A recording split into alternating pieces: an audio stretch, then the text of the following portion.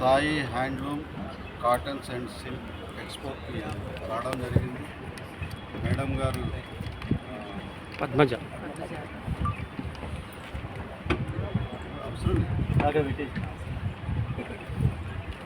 Madam గారు పద్మజ గారు తర్వాత వారి కమిటీ సభ్యులందరూ నన్ను ఆహ్వానించడం జరిగింది. చాలా అందరికీ నమస్కారాలు. మరి ఈ హ్యాండ్లూమ్ అనేది గ్రామీణ ప్రాంతానికి చెందిన వస్తువు సంపద. పేద ఆడ పిల్లలు దీన్ని మరి ఈ విధంగా వస్తువుల్ని తయారు చేసి డ్వాక్రా మహిళలు అందరూ కలిసి ఇక్కడ ఎక్స్పో అనేది అరేంజ్ చేయడం జరిగింది. మరి మన తెలంగాణ రాష్ట్రంలో ముఖ్యంగా హైదరాబాద్ ప్రాంతంలో ఉన్న వాళ్ళని ఇక్కడ విజిట్ చేసి వీరి యొక్క ఏదైతే వస్తువులు ఉన్నాయో దాన్ని గమనించి వాళ్ళకు అవసరమైన వస్తువులు కొనవలసిందిగా తెలంగాణ ప్రజలందరికీ విన్నవిస్తున్నాను. ఇంకో విషయం ఏంటంటే రాబోయే కాలంలో మరి దీన్ని బలోపేతం చేయాలని దానికి మన సీఎం గారితో కూడా మనం అంతా కలిసి గట్టిగా పోయి మాట్లాడుతాం. రాబోయే కాలంలో తప్పకుండా దీనికి ఆర్థిక సహాయం, ఎందుకంటే మామూలు విషయం కాదు. ఈ యొక్క స్టేడియంని మనం అద్దెకు తీసుకొని చేయాలంటే వచ్చే లాభాల్లో అది చాలా తక్కువ లాభాలు ఉంటాయి. కాబట్టి గవర్నమెంట్ దీనికి సబ్సిడీ రూపంలో మరి వీరికి ఫ్రీగా ఎక్కడ పెట్టుకోవాలనుకున్నా మరి ఆ ఏరియాలో వీళ్ళకి ఫ్రీగా మరి సదుపాయాలు అరేంజ్ చేసి ఇస్తే బాగుంటుందని నా అభిప్రాయం. అదే మన సీఎం గారి దృష్టికి తీసుకుపోదామని పోతాను. మరి మన అందరం కలిసి మాట్లాడి దీనికి ఒక శాశ్వత పరిష్కారం చేద్దామనే యోచన నాకు అనిపించింది. తప్పకుండా దీన్ని మనం రాబోయే కాలంలో సీఎం దగ్గర పోయి దీన్ని మాట్లాడి తర్వాత చేనేత ఏదైతే డిపార్ట్మెంట్ ఉందో చైర్మన్ కూడా మనం మాట్లాడి ఏదైనా వీళ్ళకి అంటే సబ్సిడీ రూపంలో ఉందనుకుంటాను.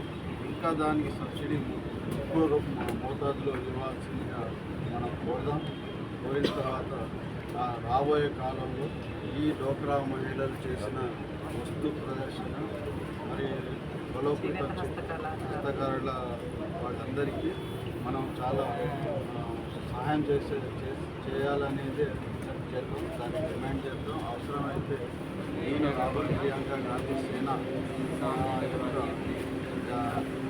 తెలంగాణ స్టేట్ ప్రధాన కార్యదర్శి అవసరమైతే మీ యొక్క రిప్రజెంటేషన్ నేను నేషనల్ లెవెల్లో కూడా తీసుకోవడానికి కృషి చేస్తానని మీ అందరికీ తెలియజేస్తాను.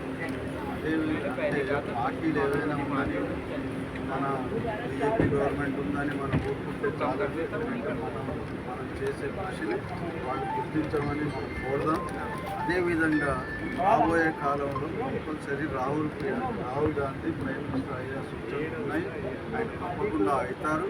ఆ టైంలో రాహుల్ గాంధీ ఈ పీరియడ్లోనే రాహుల్ గాంధీ కూడా మీ యొక్క సమస్యలను ఒక రిప్రజెంటేషన్ రూపంలో మనం అందరం కలిసి పోయి ఢిల్లీ పోయి లేకుంటే ఆయన ఎక్కడున్నా సరే ఆయన పోయి కలిసి రిప్రజెంటేషన్ ఇద్దాం.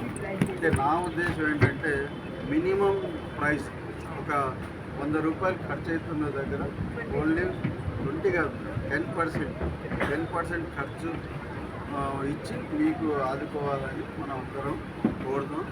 తప్పకుండా నేను నాయనతో నేను సహకారం చేస్తాను. అవసరమైతే మీ అందరు కలిసి ఒక మీటింగ్ అరేంజ్ చేసుకుని ఫ్యూచర్లో మీకు కావాల్సిన ఈ యొక్క సబ్సిడీ 90% సబ్సిడీ ఇవ్వమని మనం డిమాండ్ చేద్దాం స్టేట్ గవర్నమెంట్కి అండ్ సెంట్రల్ గవర్నమెంట్కి యాజ్ ఇట్ ఈస్ మా యొక్క రాహుల్ గాంధీ కూడా. ఎందుకంటే రిప్రజెంట్ ప్రైమ్ మినిస్టర్ అయితే ఆయన దృష్టిలో ఉండాలి. ఎందుకంటే ఆయన రాహుల్ గాంధీ గారు ప్రతి ఏరియాలో తిరుగుతున్నారు.